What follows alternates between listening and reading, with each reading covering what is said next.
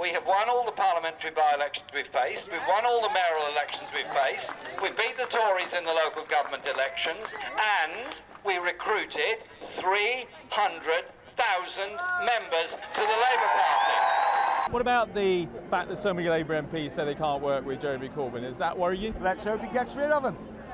Let's hope he gets rid of him when he gets voted in as leader and they get deselected and some people who support him get put in. But I think we must look at one set of polling, at least possibly two. So this is the latest voting intentions from ICM, but all the pollsters are showing the same kind of gap, a big 13 or 14-point gap. I'm voting for Labour because I think Labour will work for the working class people. They've got some good policies and they'll work for everybody else as well as the old elderly, disabled and working class people. The shops are closing. In general, the way the whole world's running at the moment in time, with people coming into our country and stuff like that, taking all the people's jobs. Because the only group that are listening to the working man, the only group that's listening to the people around Stoke-on-Trent, because of immigration, because of the NHS, because of the stuff we're giving away, everything. Nobody seems to care about British folks anymore. We want to save all this money so we can give it away and make the politicians look great. What about the ordinary people? Making our own folks look great. Old folks can't manage, young kids can't manage, hospitals can't manage. We need to convince people that we want this country to be great again. Make Britain great again. Well, look, political parties that don't address those issues are political parties that don't have a future. But we are transferring power from Washington, D.C., and giving it back to you, the people. For too long, a small group in our nation's capital has reaped the rewards of government while the people have borne the cost. Washington flourished, but the people did not share in its wealth. Politicians prospered, but the jobs left and the factories closed. The establishment protected itself, but not the citizens of our country. Their victories have not been your victories. Their triumphs have not been your triumphs. And while they celebrated in our nation's capital, there was little to celebrate for struggling families all across our land. A lot of people hate the word populism, but we surely need a word to describe the mix of policies being outlined here. Tough on law and order, anti-immigration, and yet a detestation of globalisation and liberal economics. On le voit bien. L'ancien débat droite-gauche a vécu.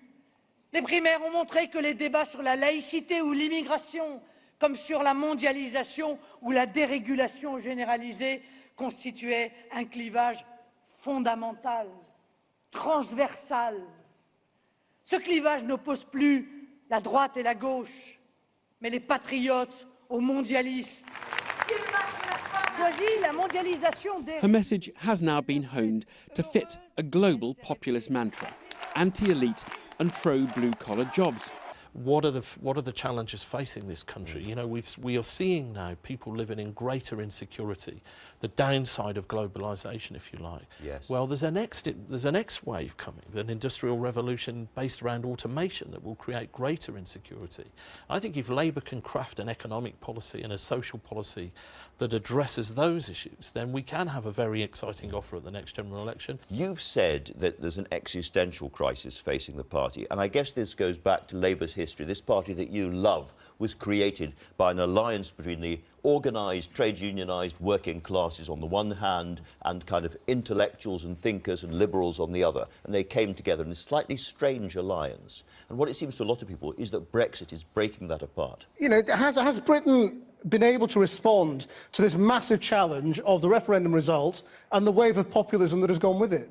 Not really, and it is a mess, and there's kind of no way out of it, but I think we are kind of reaping what we've sown for the last 35 years. I mean, it's for a lot of people in the kind of, you know, the media classes, like myself, this is a big kind of sort of horror and tragedy now, but for a lot of ordinary working people, the horror and tragedy has been kind of lasted for 30 years. And this is the kind of manifestation of that.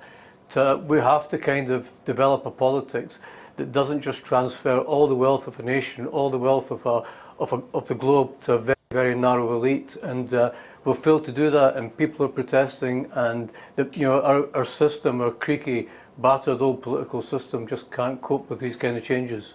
But as somebody said tonight, a vote that was really triggered by deep concern about immigration and the unfairness of the capitalist system, how if capitalism doesn't work, we don't want socialism in this country, so we've got populism has risen up to occupy the middle ground. And I disagree with Secretary Clinton in the belief that you can get money from Wall Street, that you can get money for a super PAC from powerful special interests, and then at the end of the day, do what has to be done for the working families of this country. I just don't accept that. What I believe is that this country, if we stand together and not let the Trumps of the world divide us up, can guarantee health care to all people as a right, can have paid family and medical leave, can make public colleges and universities tuition-free, can lead the world in transforming our energy system and combating climate change, can break up the large financial institutions, can demand that the wealthiest people in this country start paying their fair share of taxes. And we can do that when millions of people stand up, fight back, and create a government that works for all of us, not just the 1%. That is what the political revolution is about. That is what this campaign is about. And with your help, we're going to win here in New York. Thank you. Thank you. She's been corrupt since '92, when Bill was elected. And now it's just getting that much worse. I mean, she made, what, $21 million from speaking to different banks and Wall Streeters? Now listen, Hillary Clinton, I didn't vote for you in '08. I voted for Obama because he wasn't you. You know what? You're a liar, you're a cheat. We don't raise our children to act this way. And you're gonna further it. You got super delegates that you bought before the election. I'm in Michigan, Hillary. We uncrowned you, you fracking queen. Yeah, and all day I've noticed a disconnect between Bernie supporters and Hillary Clinton. I've interviewed probably nearly a dozen people so far at several different protests. Not one of them told me they were going to vote for Hillary.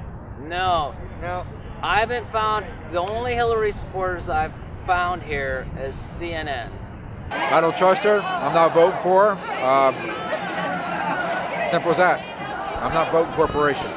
We're going to lose to Trump, and it's on them. The games that they played and what they have done to us, good luck in November. You don't have our vote, you don't have our money, and Trump's going to flatten you like a pancake, Hillary.